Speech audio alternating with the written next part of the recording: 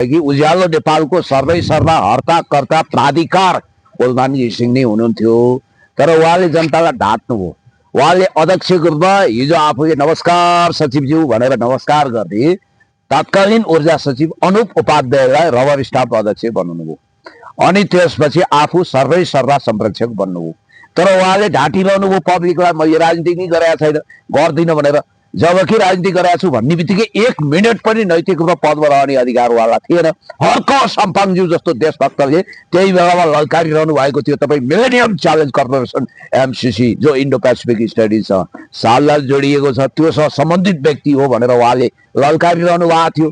अब फेरि उज्यालो नेपाल पार्टीलाई लगेर राजसभामा थपक्क बुझाउनु हो। राजसभामा बुझाइसकेपछि पुरस्कार स्वरूप उहाँलाई वरिष्ठ उपसभापति बनाइयो। याद गर्नुहोस्। फेरि पत्रकारले सोध्छन्, उहाँले नकचर जवाफ दिनुहुन्छ, ओहो मैले त राजनीति नै गरेका छैन, म पार्टीको सदस्य छैन। हिजो राजीनामा दिँदा पनि त्यही ढाँट कुरा गरिरहनु भएको थियो कि म यो त राजनीति नै गरेका छैन, म पार्टी सदस्य नै छैन। जबकि नेपाल प्रेसले अलरेडी लेख्यो कि उहाँ माओवादीको ऊर्जा विभागको अलरेडी सदस्य हुनुहुन्थ्यो। मैले 1 महिना अगाडि नै माओवादीको केन्द्रीय सदस्यलाई उद्धृत गरेर उहाँ राजसभा के अरे माओवादीको केन्द्रीय सदस्य ऊर्जा विभागको सदस्य हुनुहुन्थ्यो, कर्मचारी हुँदै नेपाल विद्युत प्राधिकरणको एमडी हुँदै उहाँ माओवादी हुनुहुन्थ्यो भनेर प्रमाण सहित ल्याइदिएका थिए। यहाँ पनि ढाँट कुरा गर्नु। अब आज चाहिँ उहाँले घोषित रूपमा म राजसभा भई त भन्नुभएको छैन, तर राजीनामा दिएपछि म राजनीतिमा उत्रिन्छु भन्नुभयो। अब भोलि उहाँ म त के देख्छु भने यो तालमेल मात्रै हो भन्न बेर छैन। अब राजसभामा गए पनि उहाँले आई लभ यू मात्रै भने स्थिति पनि छैन। बालन शाहले लिभिङ टुगेदर बसेका रहेछन्, लिभिङ रिलेसनमा रहेछन्। त्यस कारणले गर्दाखेरि यिनीहरूको यो चाउरे पिरती छ नि, काले काले मिलेर भाले खाने टाइपको गठबन्धन चुनावसम्म चल्यो भने धन्य, त्यसपछि टिक्ने अवस्था देख्दिन। हिलोमा चटाइमा गुद्रीमा बसेर देश जनता विकास समृद्धिको पक्षमा अगाडि बढिरहेको परम देशभक्त, यो माटोलाई माया गर्ने, माटोलाई मुटुमा सजाउने, yes I will be the prime minister, म यो देशको एक दिन प्रधानमन्त्री हुनेछु, राष्ट्रपति हुनेछु भन्ने सपना देख्ने कुलमान घिसिङ मात्रै सच्चा हर्क साम्पाङ मात्रै सच्चा देशभक्त सपुत हुनुहुन्छ। र कुलमान घिसिङजीको राजनीति घिसेपिटे छ र नेपाल विद्युत प्राधिकरणले भारतीय कम्पनीसँग सम्झौता गर्दा 43 करोड चुना लागेको आरोप पनि उहाँलाई छ।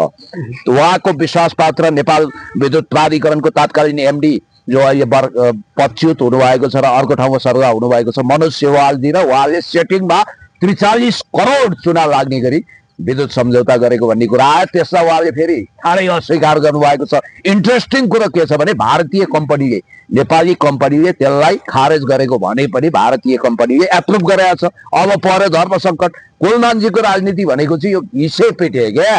यो भने चाहिँ कस्तो हो भने केटाकेटी आयो, गोली चलायो, मट्याङ्ग्राको सत्यानाश टाइपको राजनीति हो। अब उहाँ दोमनमा हुनुहुन्छ। उज्यालो नेपाल बिउताउने कि अस्ति उहाँ जानुभयो, निर्वाचन आयोग गएपछि टाइटाई फिस, हात्ती आए फुस्सा, अब माछा भ्यागु त त्यसमा पनि चेपा गाडा।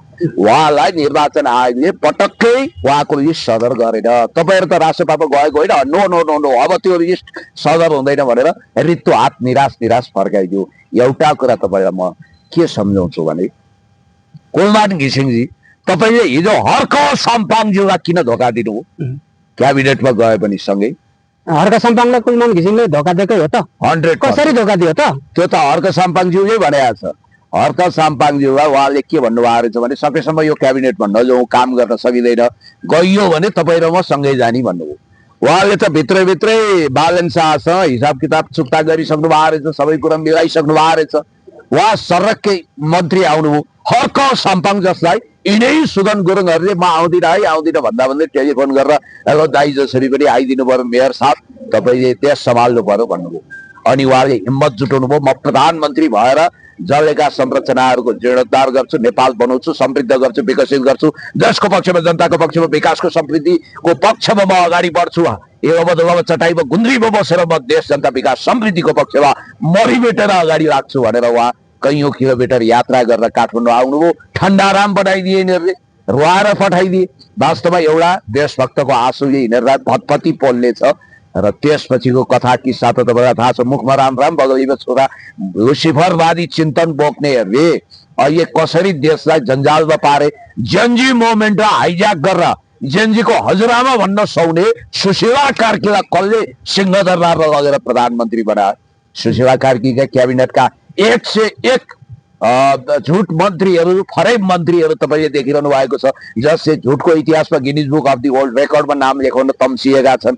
अब अस्ति जगदीश खरेल भन्ने सञ्चार मन्त्री बोल्दै थिए, कुलमान घिसिङजी रासपा भएको थाहै छैन रे। ल बा, यो त मुन्द्रेको कमेडी क्लबको भन्दा पनि निम्न कोटीको जोक्स भएन भने 21औं शताब्दीमा यो भन्दा क्रूर ठट्टा केही पनि हुन सक्दैन। अब एउटा मन्त्री जो कलिग मन्त्री हो, क्याबिनेटमा सँगै छ, उनले भन्छ कि अब कुलमान घिसिङ रासपा गएको थाहै छैन। के यो मान्छे शीत निन्द्रा सुत्या छ? म भन्न चाहन्छु, यदि शीत निन्द्रा सुत्या छ भने नैतिकताको आधारमा जगदीश खरेलले तुरन्त राजीनामा दिनु पर्यो। होइन भने झुट बोलेको छ, ढाँट कुरा गरेको छ भने तपाईँले प्रश्न छ, झनै राजीनामा दिनुपर्छ। त्यसकारण यो सरकार मोरलेस रासपाको सरकार हो। अब बुढीबाउ प्रधानमन्त्री सुशीला कार्कीजी आफै रासपा भएको हो कि भन्ने शङ्का छ। त्यसकारणले यो शङ्काले लङ्का धेरै नजाउँ। अब चुनाव तपाईँले गर्न सक्नुहुन्छ कि सक्नुहुन्न? मैले सुनेसम्म त जब नोमिनेसन दर्ता हुन्छ, जब बालन शाहहरूको नोमिनेसन दर्ता भइसकेपछि संसद पुनर्स्थापनाको कोर्स अगाडि बढ्छ। त्यतिखेर न बज्यो बास, न बाँसुरी, हातको मेयर पद खुस्किएपछि सबभन्दा पहिला पक्राउ पुर्जी भनेको सुदन गुरुङ र बालन शाहहरूलाई काटिन सक्छ अर्को सरकार बनेपछि। उनीहरूले के गर्छन् भने संसद पुनर्स्थापना गर्छन् अनि संविधान संशोधन गर्छन्। 2/3 बलमा के अरे तपाईँको नागरिक सरकारको नाउँमा दलका प्रतिनिधिहरू सहितको सरकार बनाउँछन्। त्यो सम्भवतः अहिलेको प्रधान न्यायाधीश प्रकाश सिंह राउतको नेतृत्वमा बनाउन सक्छन्। र त्यतिखेर हुन त हर्क साम्पाङज्यूको पनि पद गएको हुनेछ। हामीले चाहेको त एज अ प्राइम मिनिस्टर उहाँलाई देख्न चाहेको, तर म भन्छु बालन शाह चाहिँ हेरै हुन्छन्। हामी त्यतिखेर सारा नेपालीहरूले प्रकाश सिंह राउत प्रधानमन्त्री हुनु भने शक्तिशाली गृहमन्त्री र उप प्रधानमन्त्री हर्क साम्पाङज्यूलाई बनाएर सारा लुसिफरवादी भ्रष्टहरूलाई ठेगान रहनुपर्छ। देश जगाउनेहरूको हातमा हतकडी त्यतिखेर लाग्छ। तपाईँ कुरिरहनुहोस्। बालनलाई हतकडी लाग्दाखेरि हर्क साम्पाङलाई चाहिँ हतकडी लाग्दैन? किन लाग्ने? उहाँले सिंहदरबार जगाउने भनेर स्ट्याटस लेख्नु भएको छ। उहाँले हजारौं घर भत्काउनु भएको छ। उहाँले लाखौं सुकुम्बासी खेद्नु भएको छ।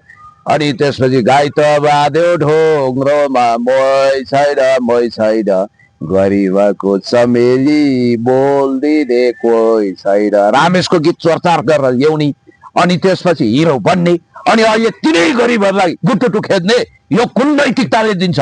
त्यसकारण हर्क साम्पाङज्यूले आँसु पुस्नु भएको छ। उहाँले भत्काउनु भएको छैन, बनाउनु भएको छ, खेद्नु भएको छैन, स्थापना गर्नु भएको छ। मकै पोल्नेहरूको आँसु पुस्नु भएको छ। हर्क साम्पाङज्यूले त यो देशको माटोलाई मुटुमा सजाउनु भएको छ। तपाईँले अस्ति पोडकास्ट हेर्नु भयो त, उहाँको साख्यै दाई रवि लामिछानेको साख्यै दाई हरिशरण लामिछानेले समेत हर्क साम्पाङज्यूको तारिफ गर्नु भएको छ। मान्छेले हल्ला के पनि गर्नु लाग्यो भने हरिशरण लामिछानेलाई कतै श्रम संस्कृति पार्टीले रवि लामिछाने विरुद्ध त उठाउँदैन भनेर।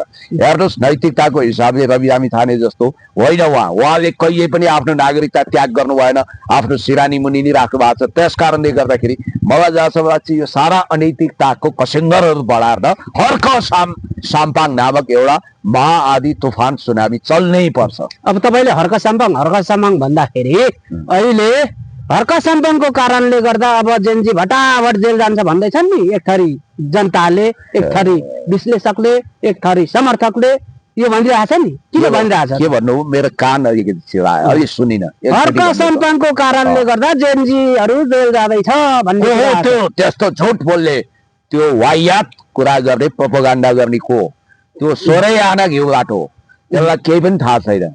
जेएनजीको रक्षा गर्ने, जेएनजीको भावनाको प्रतिनिधित्व गर्ने, जेएनजीले भनेको सुशासन विकासको प्रत्याभूति गर्न सक्ने, देशको पक्षमा, जनताको पक्षमा, विकासको पक्षमा खाडो जगाउन सक्ने, झन्डा बोक्न सक्ने वान एन्ड ओन्ली जनप्रतिनिधि मेयर कोही छ भने त्यो हर्क साम्पाङज्यू हो।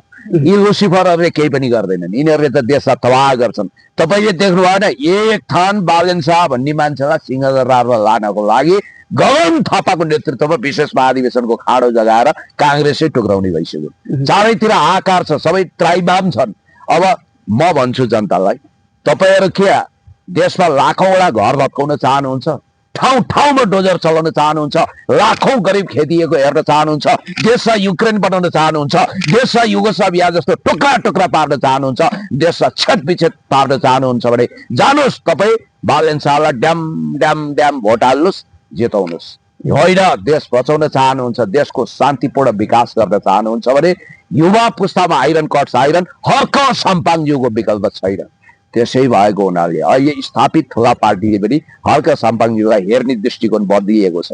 उनीहरूले भनिरहेका छन् हर्क साम्पाङज्यूमा त्यो मानवता छ, त्यो धर्म छ, त्यो खालको भावना छ जसले देशलाई तोड्ने होइन जोड्ने काम गर्छ। खबरदार उहाँलाई जातिवादी भन्नेहरू, उहाँको दिमागमा जाति छैन, उहाँको दिमागमा हमेसा नेपाल छ, माटो छ, नेपाली आमा छ, नेपाल आमाको सच्चा सपुतको रूपमा उहाँ अगाडि बढिरहनु भएको छ। त्यसकारणले फैसला तपाईँहरूको हातमा छ। के तपाईँहरू देश जगाउन चाहनुहुन्छ? के तपाईँहरू फेरि सिंहदरबार जस्ता स्मारक सर्वोच्च अदालत जगाउन चाहनुहुन्छ? कम्ती रिस उठ्या होला अहिलेको प्रधान न्यायाधीशलाई, जसले फोन तार गरेर बालेन शाहजीलाई दमकल पठाइदिनुहोस् भन्दा पठाउनु भएन। त्यसै कारण यही बालेन शाहको कारण पनि भनिन्छ सर्वोच्च अदालतको प्रधान न्यायाधीशको नेतृत्वमा रहेको संवैधानिक इजलासले संसद बेउताउने छ भनेर भन्छन्। र चुनावै भयो भने पनि एउटा कुरा ख्याल राख्नु होला, तपाईँहरू त हर्क साम्पाङलाई पत्ता साफ गर्छु भन्ने कुम्भकर्ण लाटोको सर सपना देखेर बस्नुभयो होला, त्यो किमार्थ पुरा हुनेवाला छैन। किनभने उहाँले शानदार मतका साथ जित्नुहुन्छ। मैले त सुनि के सुदन किरातीजी तपाईँ काहीँ नभए जात्रा हाँडी गाउँमा लगाउँदै हुनुहुन्छ कि धरान छिर्ने मन गर्नु हो? याद राख्नु होला, आयो भने सहर छिर्छ भन्छन् नि। म ठ्याक्कै उहाँलाई स्याल भन्न चाहन्न।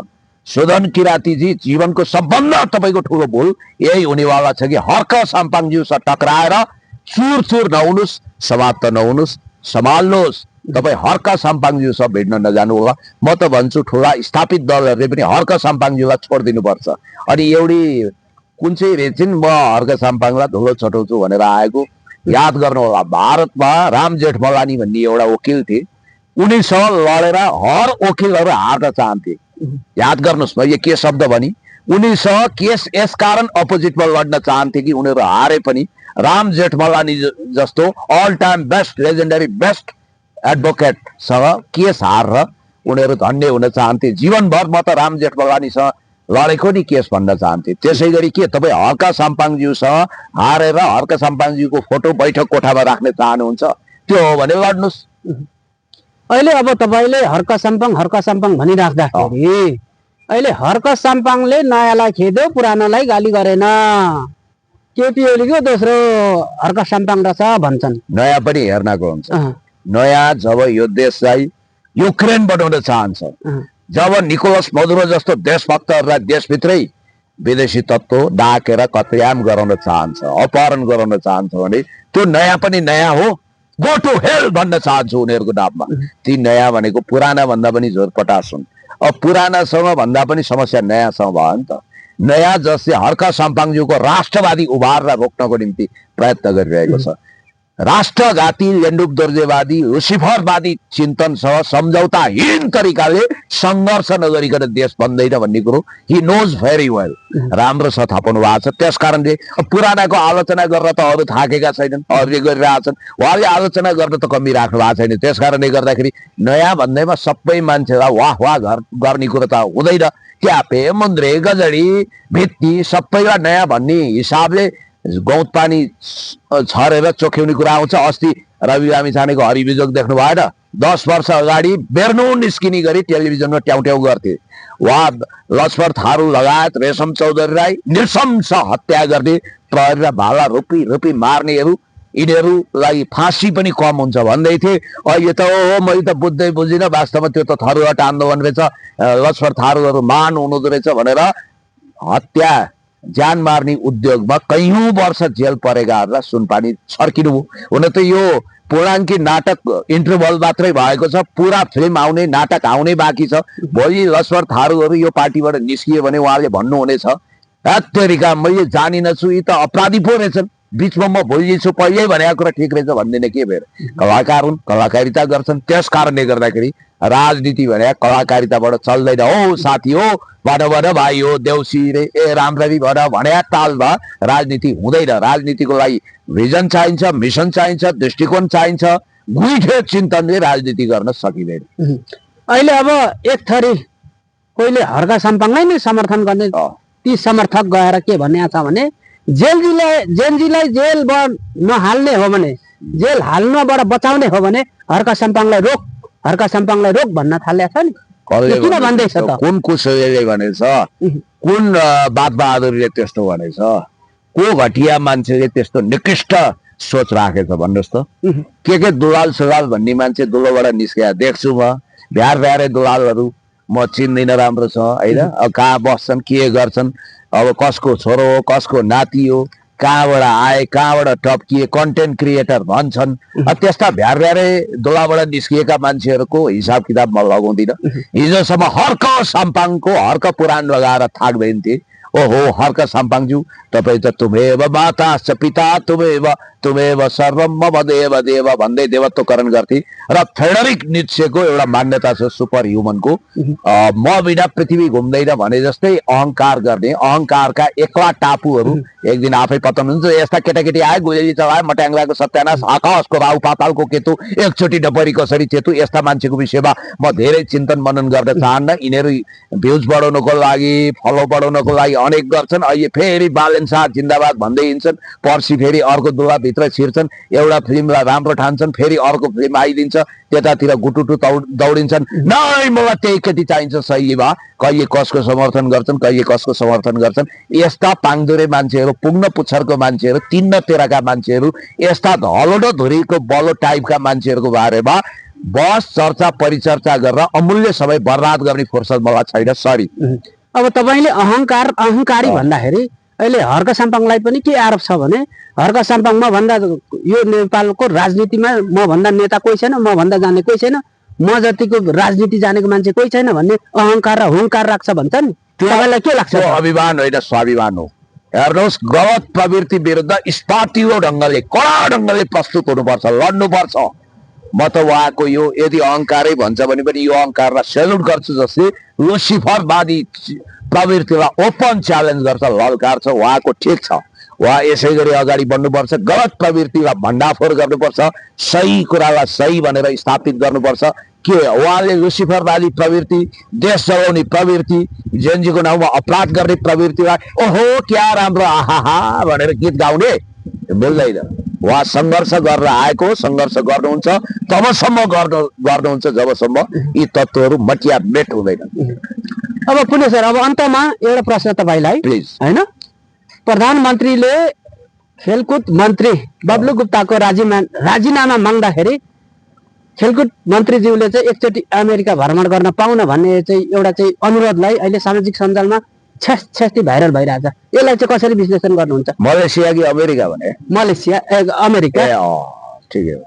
यस्तो होला, विगतमा मलेसिया जाने चिन्तन लिएका 81 मन्त्री भए र चिट्ठा परे जस्तो मन्त्री भइसकेपछि बिचराहरूलाई एकचोटि अमेरिका भने अमरापुरकर स्वर्ग जस्तो लाग्यो, अमरावती जस्तो लाग्यो।